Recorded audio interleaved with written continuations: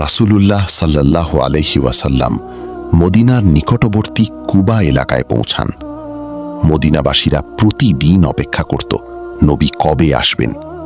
তারা শহরের বাইরে গিয়ে অপেক্ষা করত। যখন শুনল রাসূলুল্লাহ সাল্লাল্লাহু আলাইহি ওয়াসাল্লাম এসে গেছেন, তখন মদিনায় আনন্দের ঢেউ বয়ে গেল। কুবায় তিনি কিছুদিন অবস্থান করেন এবং সেখানে ইসলামের প্রথম মসজিদগুলোর একটি মসজিদে কুবা নির্মাণ করেন।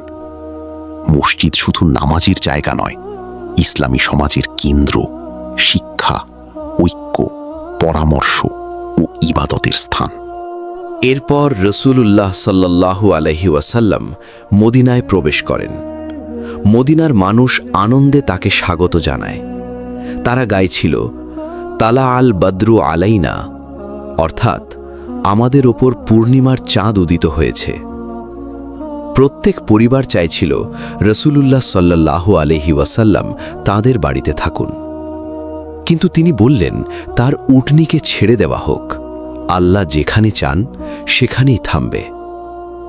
উটনী গিয়ে থামল হযরত আবু আইয়ুব আনসারী রাদিয়াল্লাহু আনহুর বাড়ির কাছে।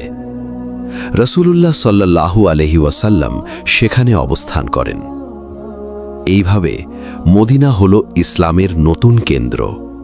হিজরতের পর শুধু স্থান পরিবর্তন হয়নি, শুরু হল